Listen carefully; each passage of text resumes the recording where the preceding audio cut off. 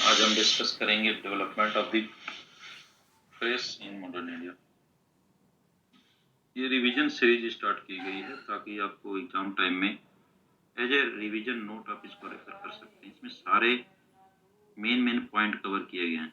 इसके पहले वाले वीडियो में हमने डिस्कस किया था development of the education in modern India. अभी प्रेस का क्या क्या डेवलपमेंट हुआ मॉडर्न इंडिया के, इसको हम डिस्कस करेंगे।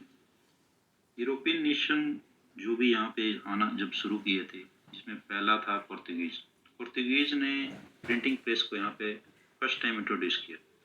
इसके बाद ईस्ट इंडिया कंपनी के कुछ डिससेटिस्फाइड एम्प्लॉय थे। वे चाहते थे कि न्यूज़पेपर के थ्रू जो भी गलत तरीके से जो प्रैक्टिस किए जा रहे हैं ईस्ट इंडिया कंपनी के, उसको उजागर करें। इसमें एक एम्प्लॉय था विलियम बोल्ट। उसने जॉब से रिजाइन किया और अपना एक न्यूज़पेपर निकाला और उसके थ्रू उसने कंपनी के जो गलत मैल प्रैक्टिसेस जो ट्रेड में वो कर रहा था ईस्ट इंडिया कंपनी, उसको उजागर करने की कोशिश की। इस एक्ट के कारण कंपनी ऑफिशियल्स ने उसके न्यूज़पेपर को सीज कर लिया। इसके बाद फर्स्ट न्यूज़पेपर, जो उसको हम ऑफिशियल कहते हैं, फर्स्ट न्यूज़पेपर इन इंडिया, ये इसके द्वारा स्टार्ट किया गया जेम्स अगस्टस हिक्की के द्वारा 1780 में। इसका नाम बंगाल गैजेट और कलकत्ता जनरल एडवर्टाइजर। इसने काफ़ी क्रिटिसिज्म किया गवर्नमेंट के पॉलिसीज़ का, ईस्ट इंडिया कंपनी के पॉलिसीज़ का, उसके ट्रेड प्रैक्टिसेस का। इसके कारण इसका भी न्यूज़पेपर 2 साल बाद सीज कर लिया गया। इसके बाद गवर्नमेंट ने कुछ रेगुलेशन पास किए ताकि प्रेस को कंट्रोल किया जा सके। इसमें इम्पोर्टेंट है सेंसरशिप ऑफ प्रेस एक्ट 1799। ये लॉर्ड वेल्सले द्वारा इनेक्ट किया गया और इस पीरियड में फ्रेंच इन्वेजन का खतरा था। इसके कारण इसको मौका मिला, इसने मैक्सिमम रेस्ट्रिक्शन प्रेस पे किया, ऑलमोस्ट वार टाइम रेस्ट्रिक्शन कर दिया और प्रेस का बहुत बुरा हाल हो गया था इसमें। इसको कुछ दिनों बाद लॉर्ड हेस्टिंग के द्वारा रिलैक्स कर दिया गया। इसके बाद आता है लाइसेंसिंग रेगुलेशन 1823। उस समय एक्टिंग गवर्नर जनरल था जॉन एडम्स। उसने इसको इनेक्ट किया और वो काफ़ी अगेंस्ट था यहाँ का जो क्षेत्रीय लेवल का जो भी न्यूज़पेपर था, वर्नाकुलर लैंग्वेज जिसको कहते हैं, उसके काफ़ी अगेंस्ट में था।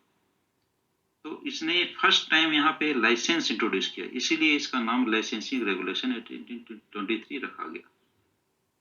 इसके कारण मीरात उल अकबर, जो राजा राम मोहन राय का अखबार था, उनको स्टॉप कर दिया गया। Press act of 1835, Metcalfe act. Metcalfe को लिबरेटर ऑफ प्रेस भी कहा जाता है क्योंकि उसने काफ़ी liberal policies lie.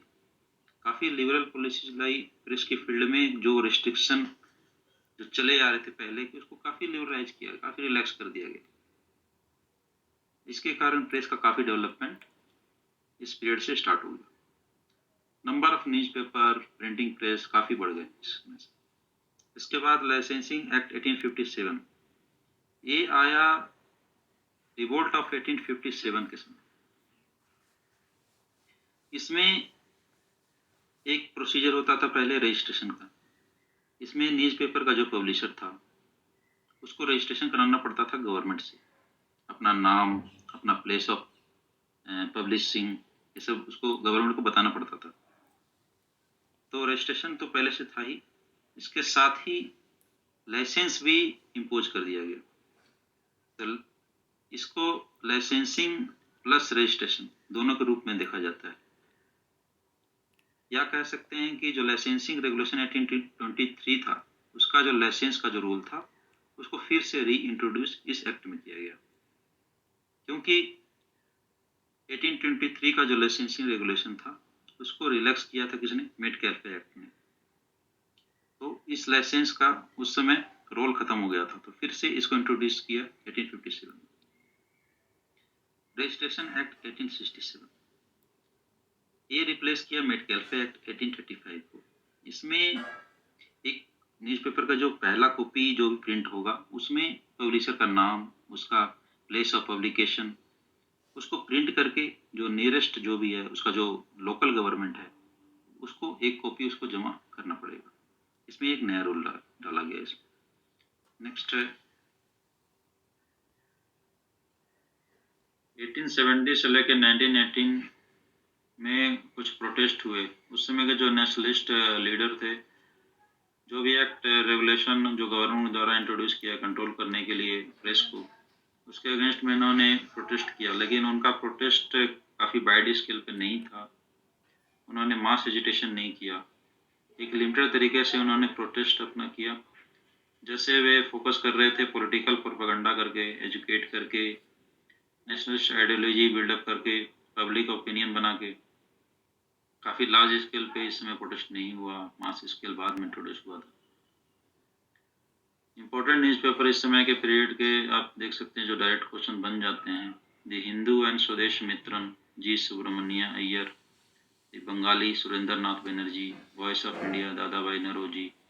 Amrit Bazar Patrika, Shishir Kumar Ghosh, Motilal Ghosh. Indian mirror, NN Sen. Kesari and Maratha, Bal Gangadhar Tilak. Sudharak, Gopal Krishna Gokhale. Hindustan and advocate, GP Verma. ये मैचिंग में भी आपसे पूछा जा सकता है, इसको आप एक बार में याद नहीं करें, जनरली इसको बार बार रेफर करने की जरूरत है।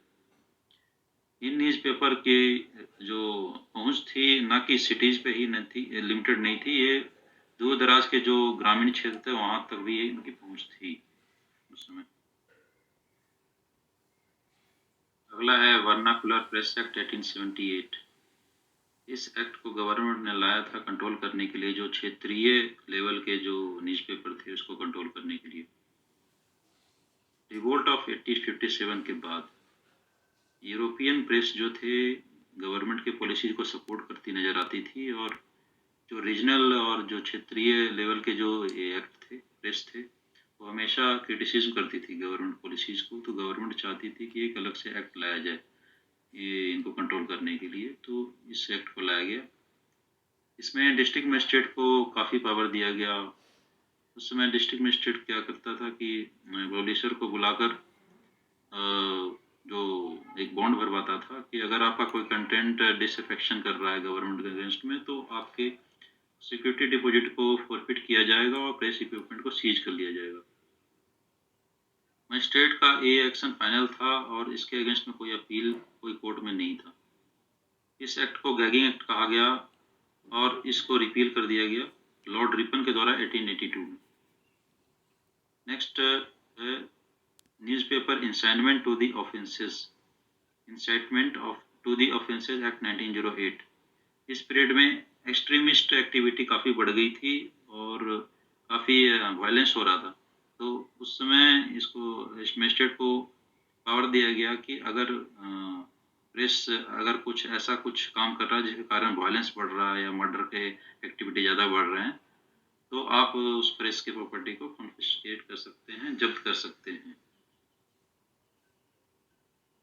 इंडियन प्रेस एक्ट 1910, इसमें वर्नाकुलर प्रेस एक्ट जो कि रिपील कर दिया गया था लॉर्ड रिपन के द्वारा 1882 में।